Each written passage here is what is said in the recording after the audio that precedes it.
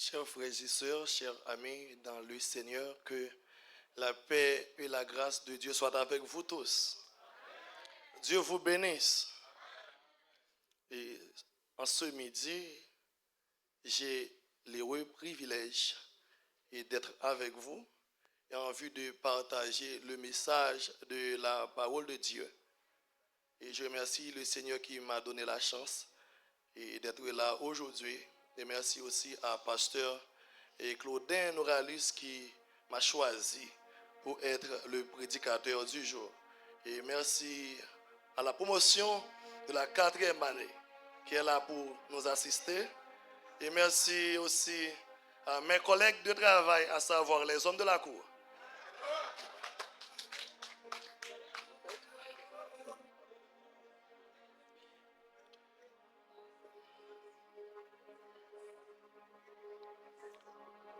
Mes bien-aimés dans le Seigneur, tout au cours de cette session, nous avons entendu beaucoup de prédicateurs qui avaient parlé à propos d'un thème qui est une essence dans notre marche avec Dieu.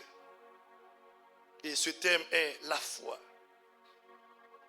L'auteur de l'Épître aux Hébreux l'a défini comme une ferme assurance des choses qu'on espère et une démonstration de celles qu'on ne voit pas.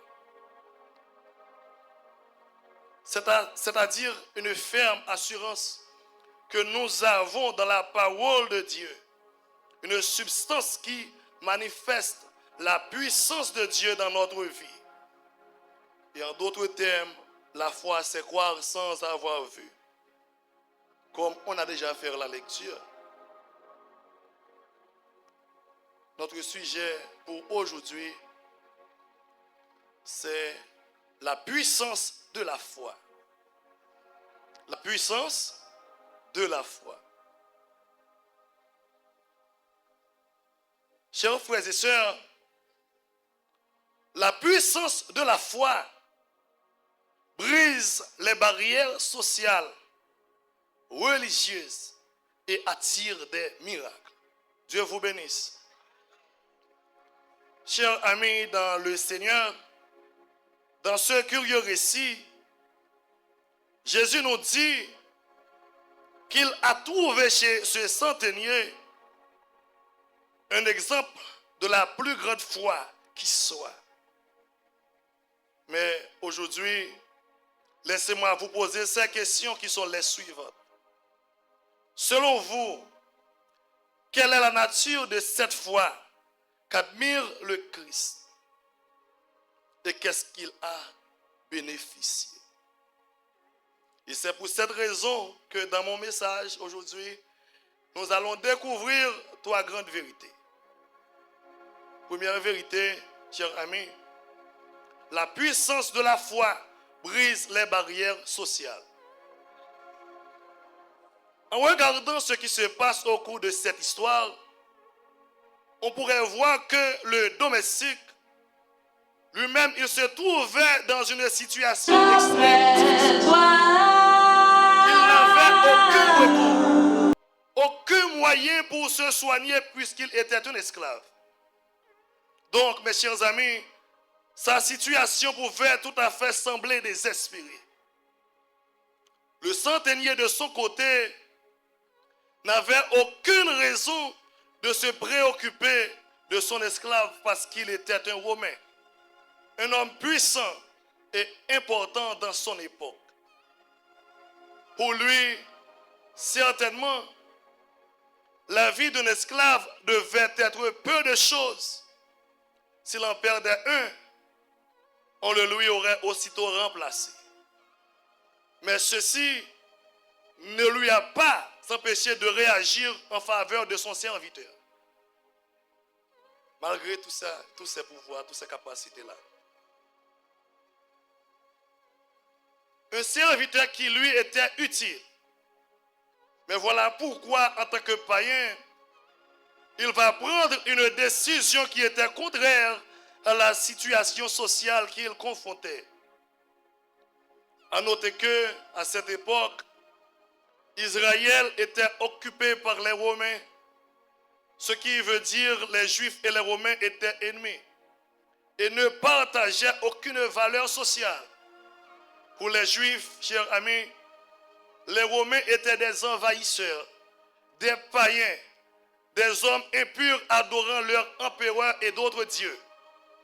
Donc, le fait qu'ils partageaient une relation avec les Juifs était tout à fait incongru. Mais le plus étonnant de cette histoire, c'est malgré qu'il était un païen, lorsqu'il entendu parler de Jésus, il croyait que Jésus avait la capacité de guérir son serviteur. Dieu vous bénisse. Mais voilà pourquoi Jésus, qui ne fait exception de personne, par la foi que le centenier pouvait à son égard, il a guéri son serviteur comme le centenier avait cru. Ainsi, mes frères et sœurs, pour que ce centenier arrive à obtenir cette faveur, il lui a fallu d'abord briser cette barrière sociale par sa foi en Christ. C'est pour cela, chers amis, parfois pour que nous bénéficions une chose dans la main de Dieu, cela demande de franchir des barrières. Des barrières qui pourraient nous empêcher de jouir ce que Dieu a réservé pour nous. Voilà pourquoi il est important de ne pas regarder sur ce que les gens peuvent penser de vous, ni de penser que cette situation était possible à résoudre, mais de croire que Dieu peut tout faire. Dieu peut tout faire. Et c'est pour cette raison, aujourd'hui, Dieu veut vous dire que votre famille n'est pas une barrière. Votre manque de moyens économiques n'est pas une barrière si vous le faisiez confiance comme le centenier. Parce que cela ne vient pas de la main des hommes, mais c'est Christ qui le fera. Et puisque c'est lui qui le fera, vous n'avez rien à y craindre. Dieu vous bénisse. Et voilà pourquoi, même si le centenier n'était pas un juif, il croyait que Christ pourrait l'aider. Ce qui nous permet de comprendre que sa foi était si grande qu'aucune barrière sociale ne pourrait lui empêcher de jouir ce qu'il voulait. Et deuxième vérité, la puissance de la foi brise les barrières religieuses. Dans le verset 9, on pourrait voir que Jésus présente précisément ce centenier comme l'exemple même de la foi. Et c'est curieux, mes chers amis, de se demander quelle était la foi au sens moderne de cet homme. Lui qui n'était pas juif possédait. L'histoire nous montre qu'il avait un grand respect pour le Dieu d'Israël. Mais elle ne nous raconte pas s'il était converti aux religions juives. Priait-il Dieu? Je ne sais pas.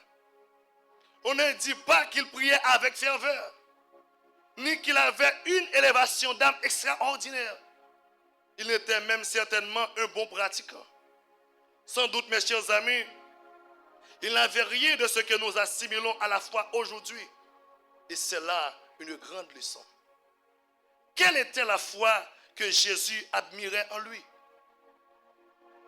Pour Jésus, la foi n'est pas l'appartenance à une religion, ni la pratique, ni la doctrine, ni le sentiment religieux, mais c'est la foi qui est démontrée dans l'humilité. Chers amis, regardons à partir du verset 7.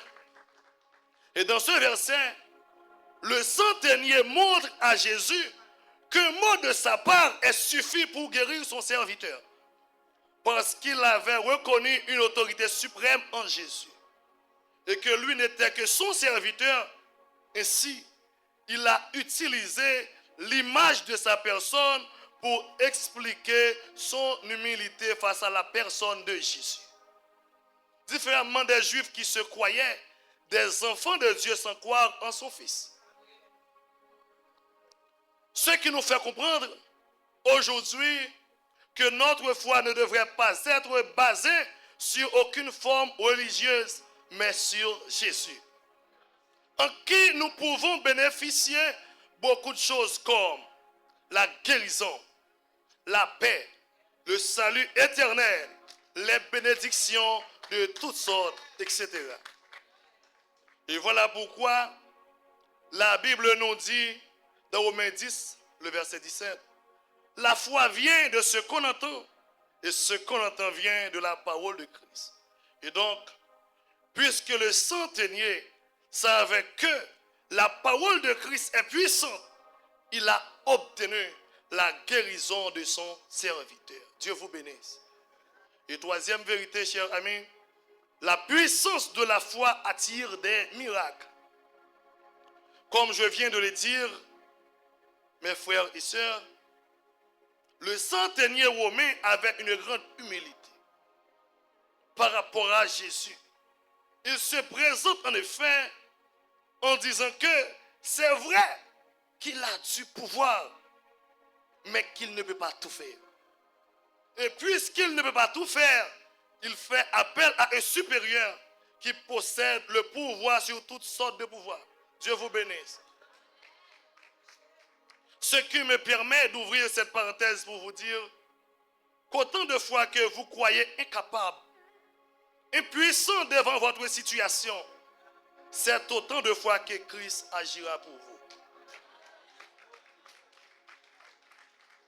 Mais ce qui apparaît un peu drôle dans le texte, c'est que le centenier n'avait pas encore vu Jésus faisait des miracles. Il avait seulement déjà entendu parler de Jésus. Mais cependant, cela ne lui avait pas empêché de dire à Jésus, dis un mot et mon serviteur sera guéri.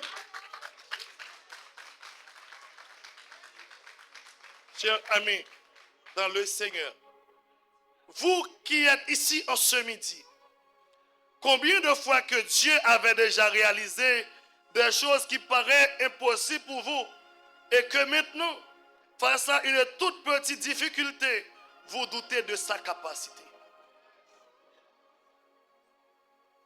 Dieu veut vous dire à travers cette histoire que tout ce qu'il a prononcé sur votre vie peut s'accomplir si vous gardez votre foi en lui et en lui seul.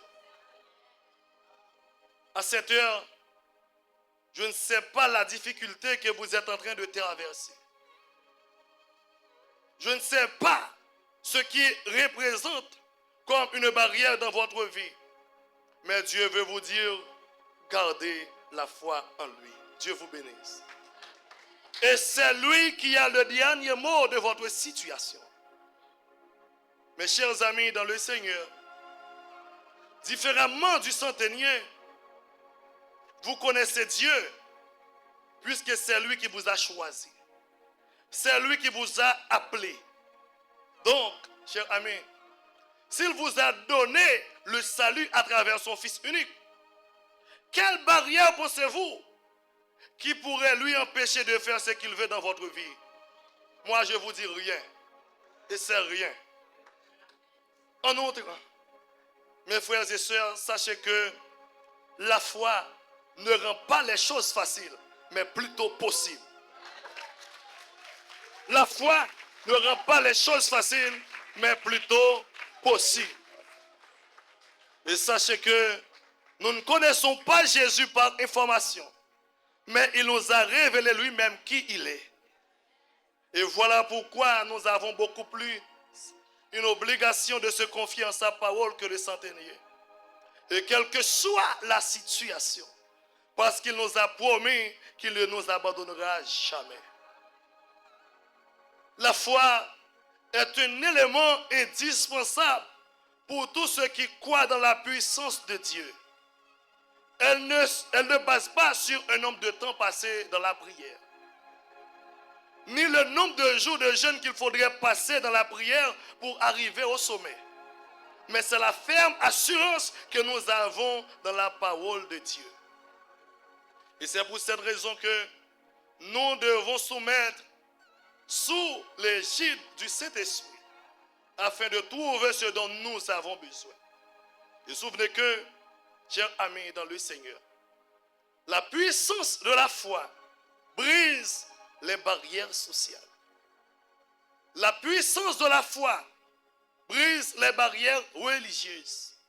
La puissance de la foi attire des miracles. Que Dieu vous bénisse richement.